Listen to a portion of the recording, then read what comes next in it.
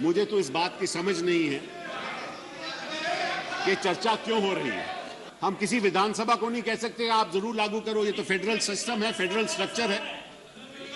लेकिन अगर आप चाहो कि उन प्रदेशों में जहां के मुख्यमंत्री चाहते हैं कि हम लागू करना चाहते हैं, वहां कैसे आप विरोध कर सकते हैं? ये एक नया नियम पैदा हुआ है, एक नया डेफिनेशन ऑफ फेडरल स्ट्रक्चर है कि एक प्रदेश दूसरे प्रदेश को कहेगा मैं तो यहां लागू नहीं करूंगा, लेकिन तुम्हें भी लागू नहीं करने दूंगा।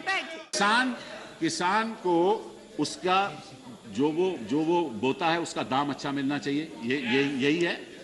अब ये साबित हो गया कि वेस्ट बंगाल में उसको दाम ज्यादा मिलता है मार्केट प्राइस से, ये तो तय हो गया, हमने उदाहरण दे दिया।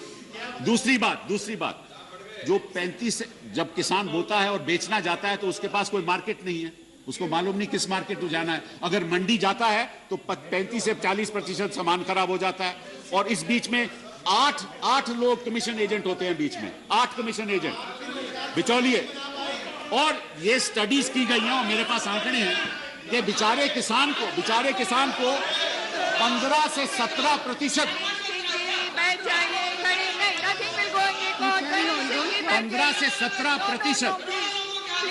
15 से 17% जो माल मार्केट में बिकता है उसका केवल 15 से 17% किसान को जाता है, बाकी बिचौलियों को चले जाता है। तो आप विपक्ष के नेता और विपक्ष दलों को यह तय करना है कि वो किसान के साथ हैं या बिचौलिए के साथ हैं, यह आप तय कर लीजिए। किसान को उसका जो वो बोता है उसका दाम अच्छा मिलना चाहिए, यही है।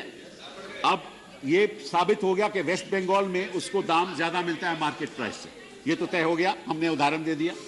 दूसरी बात जो 35 जब किसान बोता है और बेचना जाता है तो उसके पास कोई मार्केट नहीं है, उसको मालूम नहीं किस मार्केट को जाना है। अगर मंडी जाता है तो 35 से 40% सामान खराब हो जाता है, और इस बीच में 8 लोग कमीशन एजेंट होते हैं, बीच में 8 कमीशन एजेंट बिचौलिए।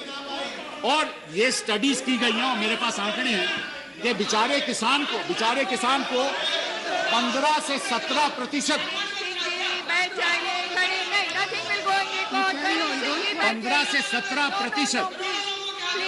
15 से 17% जो माल मार्केट में बिकता है उसका केवल 15 से 17% किसान को जाता है, बाकी बिचौलियों को चले जाता है।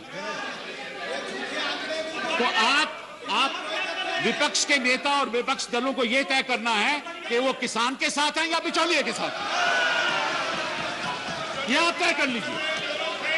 बढ़ा चढ़ा के वॉलमार्ट की बात हो रही थी, मैं ज्यादा उस पर चर्चा नहीं करूंगा क्योंकि शायद सुषमा जी को आंकड़े ज्यादा मालूम है, लेकिन मैं ये एक आंकड़ा उनको बताना चाहता हूं। जब चीन ने एफडीआई सेक्टर को ओपन किया 1992 में, पहले किया 6 प्रांतों में और साथ में स्पेशल इकोनॉमिक जोन में, और वॉलमार्ट जब आया तो पहले वर्ष उसका प्रॉफिट 2008 में हुआ। 2008 तक वो घाटे में चल रहा था, और ये आंकड़ा है और ये मैं आपको बता सकता हूं। दूसरी बात, मैं आज की स्थिति बताता हूं, और इनका एफडीआई रिटेल 100% है।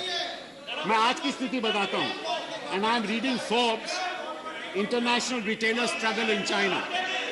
Even the 2 earliest entrants into China's retailing industry, Walmart and Carrefour, are struggling to make their business models work in the country.